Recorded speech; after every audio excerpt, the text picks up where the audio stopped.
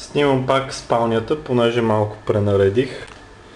Ето тук сложих в този ъгъл това шкафче и малко излиза, че стените не са съвсем под прав ъгъл.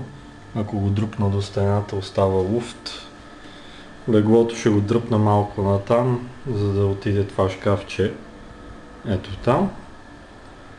А гардероба го преместих, вместо да е на тази стена тук, го преместих на така и така огледалото създава, че изглежда, че повече място има, въпреки че тук остава една ниша.